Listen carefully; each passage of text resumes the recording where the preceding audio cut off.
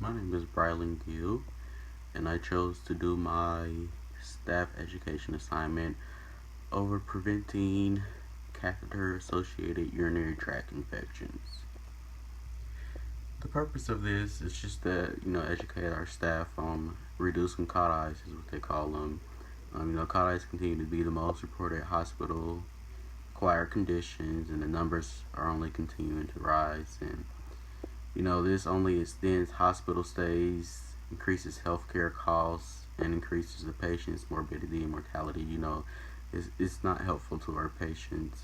And as nurses, we have a responsibility to, more responsibility to advocate for our patients and, ensure they're receiving quality care. And, there's the ethical principles and the legal obligations that's associated with it as well. Just making sure our patients are well taken care of and getting the catheters out when they're supposed to be out, and making sure we're properly managing them so our patients aren't getting infections. The objectives here of the course is that after the staff attend the required presentation and view the available handouts, they will be able to demonstrate proper insertion technique and management of urinary catheters, and appropriately assess and identify patients at risk for caught eyes or catheter-associated urinary tract infections. As far as the content, the staff will be required to attend a mandatory in-service. It's not going to be, during regular working hours. It's going to be outside of regular working hours, and the content will be, demonstrations and hands-on training of proper insertion techniques and how to manage the urinary catheters properly. They also receive a informational sheet with information regarding evidence-based research pertaining to how to prevent caught eyes. Making sure the catheter isn't kinked when the patient is in the bed.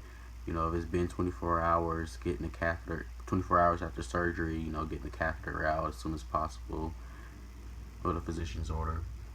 The staff members that will be involved will be RNs, nurse techs, or specially trained PCTs who's trained to insert catheters and things like that. Dates and times will be communicated to staff to help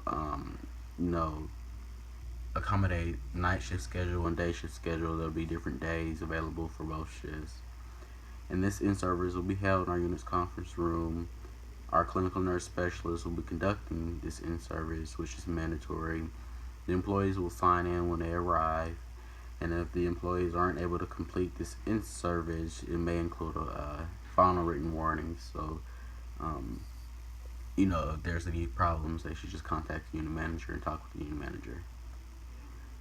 As far as evaluation, the staff will complete a peer competency check, and that just shows, they can follow the steps to properly insert the catheter, maintain sterile technique, and once they complete their competency, they'll be able to check off other staff members. And these sheets will be turned into the unit manager and placed into their staff members' learning file.